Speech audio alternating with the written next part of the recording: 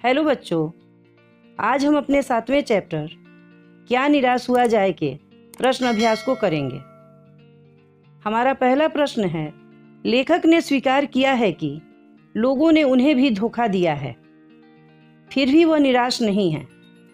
आपके विचार से इस बात का क्या कारण हो सकता है?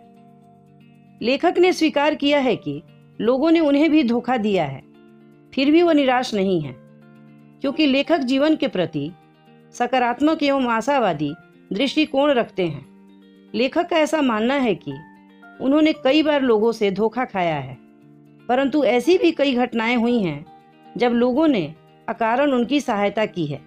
उनके निराश मन को ढांढस बंधाते हुए उनकी हिम्मत भी बढ़ाई है। जैसे टिकट बाबू द्वारा बचे हुए पैसे लेखक को लौटाना तथा बस कंडक्टर द्वारा दूसरी बस एवं लेखक के बच्चों के लिए दूध और पानी लाना। ये घटनाएं इस बात के प्रमाण हैं कि समाज में सच्चाई, ईमानदारी, मानवता और आपसी सहयोग समाप्त नहीं हो सकते।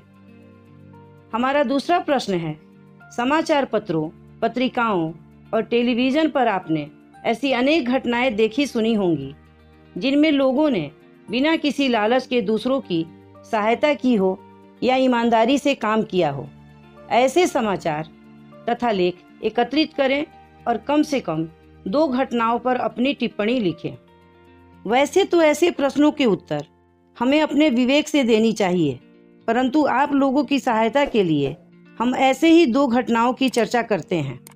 नोबेल पुरस्कार विजेता महान समाज सेवी कैलाश सत्यार्थी द्वारा बाल श्रमिकों के उत्थान के लिए बचपन बचाओ आंदोलन चलाना, पद्मश्री विजेता मोहम्मद शरीफ, जिनकी पहचान एक ऐसे समाजसेवी के रूप में है जिन्होंने अब तक 20,000 से अधिक लावारिस शवों का अंतिम संस्कार उनके धर्म के अनुसार किया है।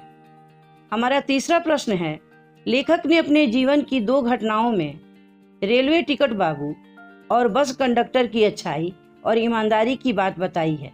आप भी अपने या अपने किसी परिचित के साथ हुई किसी घटना के बारे में बताइए जिसमें किसी ने बिना किसी स्वार्थ के भलाई, ईमानदारी और अच्छाई के कार्य किए हों। इस प्रश्न का उत्तर खुद के अनुभव से लिखें। दोषों का पर्दाफाश करना कब बुरा रूप ले सकता है?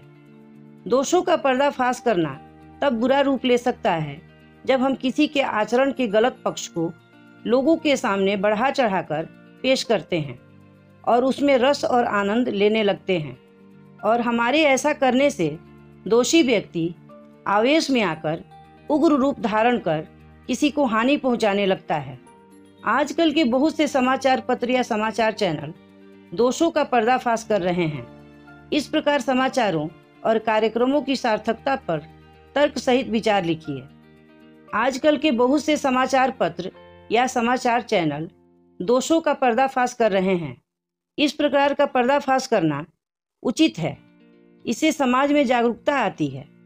परंतु जब कोई समाचार पत्र या समाचार चैनल अपने अखबार या चैनल को प्रचारित करने के लिए खबर को तोड़ मरोड़ कर पेश करते हैं, तब यह पर्दाफाश आम लोगों के लिए मुश्किल खड़ी कर देता है। इस प्रकार कोई भी समाचार तभी सार्थक और प्रामाणिक हो सकता है जब उसमें वास्तविक पक्ष को सही और सच्चे रूप में प्रस्तुत किया जाए। निम्नलिखित के संभावित परिणाम क्या क्या हो सकते हैं, आपस में चर्चा कीजिए। जैसे ईमानदारी को मूर्खता का पर्याय समझा जाने लगा है। परिणाम है भ्रष्टाचार बढ़ेगा। सच्चाई केवल भीरू और बेबस लोगों के हिस्से पड़ी है। परिणाम तानाशाही बढ़ेगी। झूठ और फरेब का रोजगार करने वाले फल फूल रहे हैं। परिणाम भ्रष्टाचार बढ़ेगा। हर आदमी दोषी अधिक दिख रहा है, गुणी कम। परिणाम अविश्वास बढ़ेगा। लेखक ने लेख का शीर्षक क्या निराश हुआ जाए क्यों रखा होगा? क्या आप इससे भी बेहतर शीर्षक सुझा सकते हैं? लेखक समाज में व्याप्त चोरी, डकैती और भ्रष्टाचार को देखकर निराश होते हैं, परंतु वे कई ऐसे लोगों से भी मिलते हैं जिन्होंने अकारण ही उनकी मदद की है। ऐसे मानवीय गुणों से भरे लोगों और उनके कार्यों को देखकर लेखक के निराश मन में आशा की किरण जग जाती है। इसलिए लेखक ने इस लेख का शीर्षक क्या निराश हुआ जाए रखा है। इसका दूसरा शीर्षक हम निराश मन में आशा की किरण भी रख सकते हैं।